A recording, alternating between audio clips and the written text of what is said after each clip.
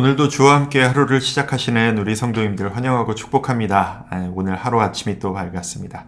5월 6일 오늘 하루 동안 하나님이 또 우리에게 어떤 놀라운 일들을 허락하실지 기대하는 마음으로 또 여러분 앞에 이 시간 앞에 섰습니다.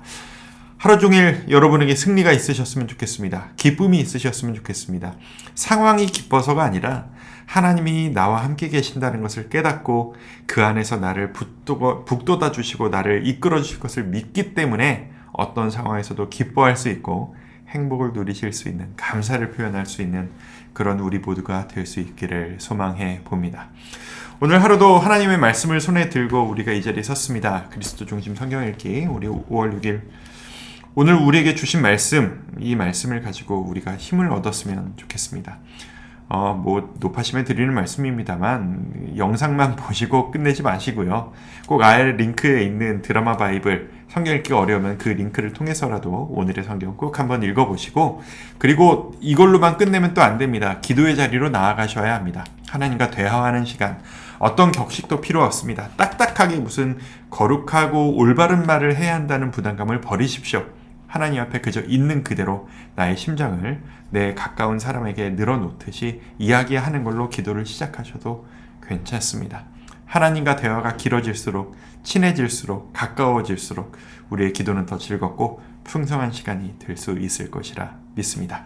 오늘 우리가 읽어보실 말씀은 우리 에스라 5장에서 7절까지 말씀입니다. 오늘 본문이 그렇게 긴 편은 아니에요. 3장밖에 안 되는데 이 말씀을 쭉 읽으면서 우리에게 와닿는 한 가지 묵상 포인트, 여러분들이 오늘 하루 이 마음으로 살아갔으면 좋겠다라고 하는 저의 묵상 한번 나눠보도록 하겠습니다.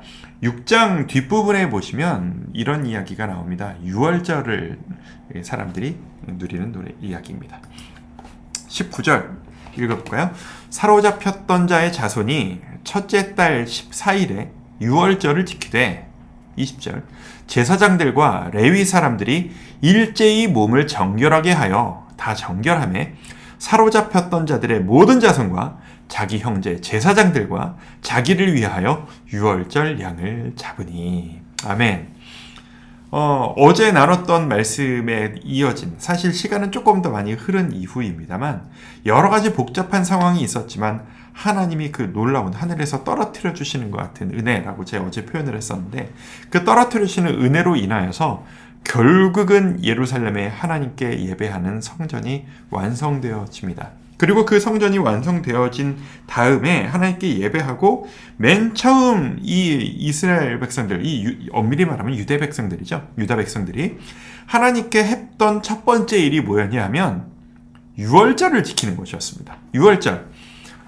근데 이 이야기가 특별한 것은 뭐냐면 어떤 큰 일을 거치고 나서 첫 번째로 유월절을 지켰다라고 하는 이 패턴이 구약 성경에 많이 나타나는 패턴이라는 겁니다.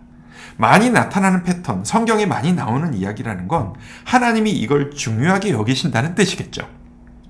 하나님 앞에 모든 것들이 갱신되어진다던가, 악했던 모든 악습을 내려놓고 하나님 앞에 스스로 다잡는다던가, 하나님 앞에 새로운 것들을 시작한다던가 하는 그 온 민족이 함께 그런 일들을 한 이후에는 항상 온 유대인들이 유월절을 지켰다라는 이야기가 이 성경책에 보시면 너무 많이 등장을 합니다. 유월절이 도대체 뭐길래? 유월절 아시죠?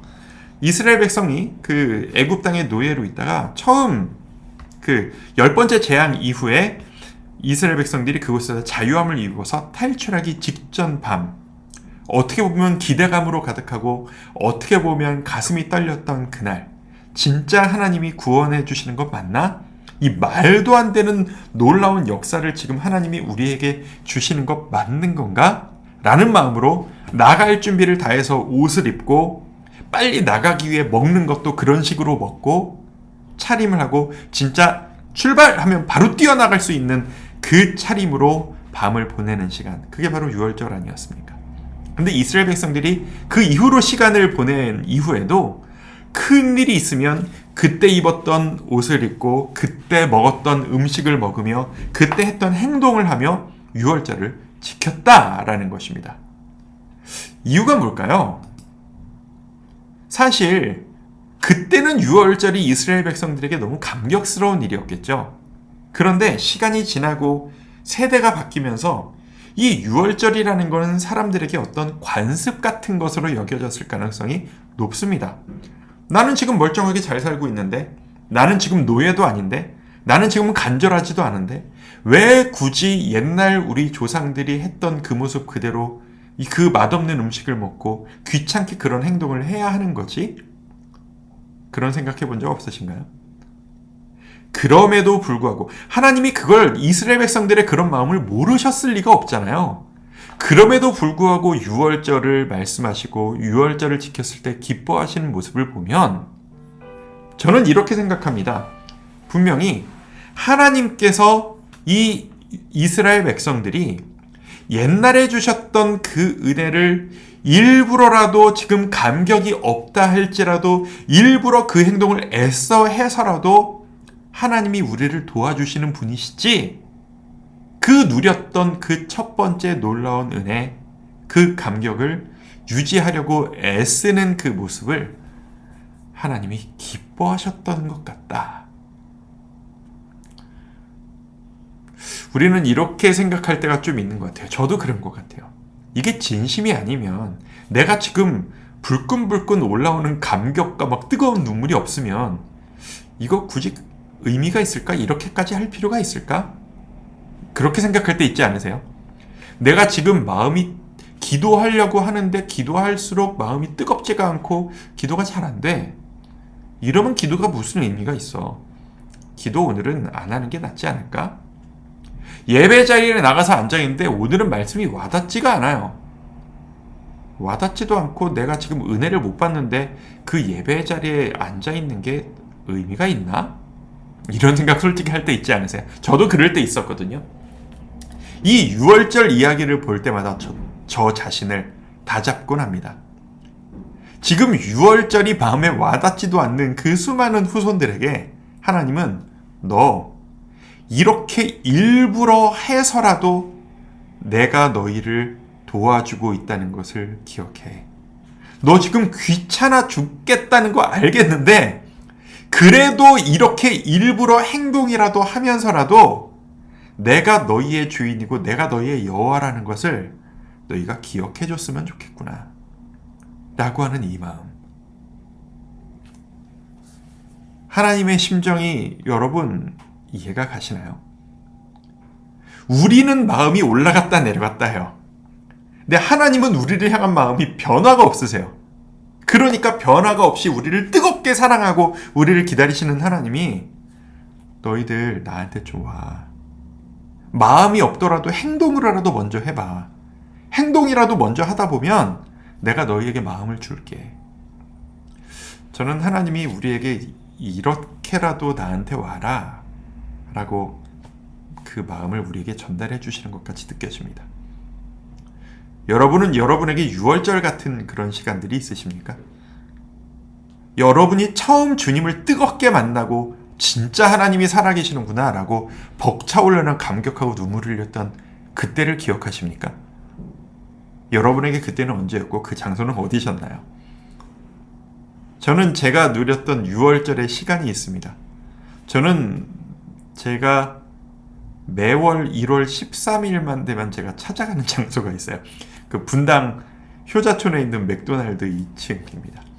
그곳이 저에게 베델이고 유월절과 같은 장소이자 시간이었습니다.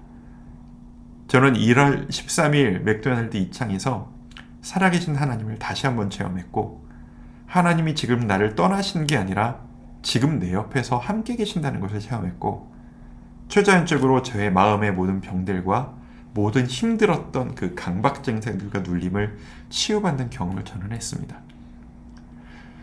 솔직히 그때 같은 감격은 없어요. 첫 한두 해 동안은 그때만 생각하고 그 자리만 가면 막 눈물이 나고 그랬어요. 지금 십몇 년이 지나서 그때 같은 감격은 없어요. 그래도 그 자리를 찾아갑니다. 그리고 그 자리에 앉아봅니다. 그리고 그때 마셨던 커피를 혼자 마시면서 주님, 제가 여기에서 저를 만나주시고 치유해 주셨던 주님을 잊지 않겠습니다. 다짐하고 돌아오긴 합니다.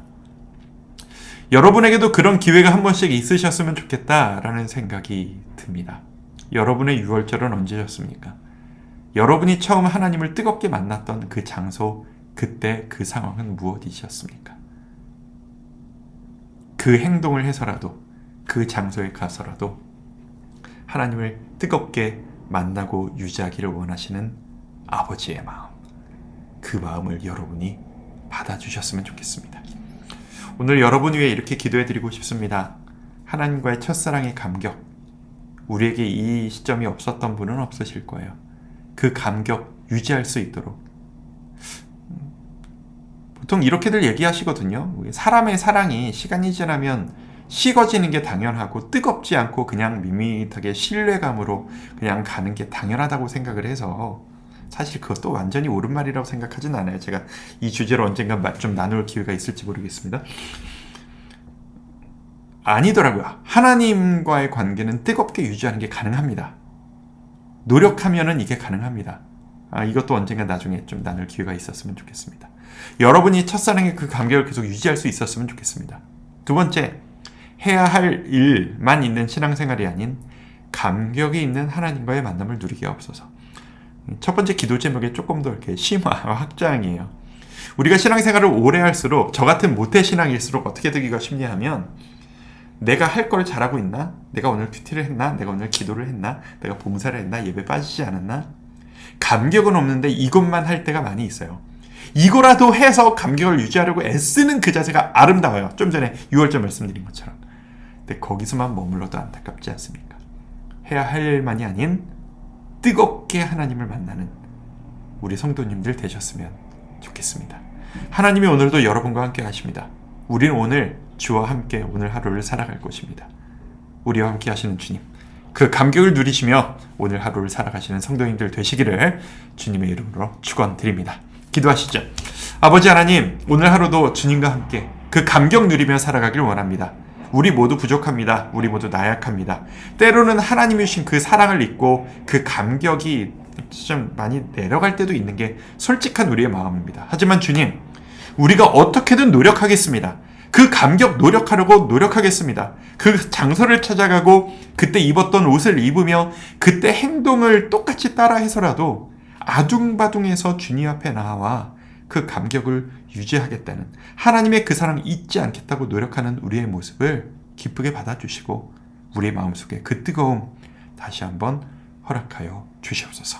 오늘 하루 하나님께서 동행하실 것을 믿습니다. 이 뜨거운 마음으로 오늘 하루 승리하게 도와주시옵소서. 예수님의 이름으로 기도드립니다. 아멘.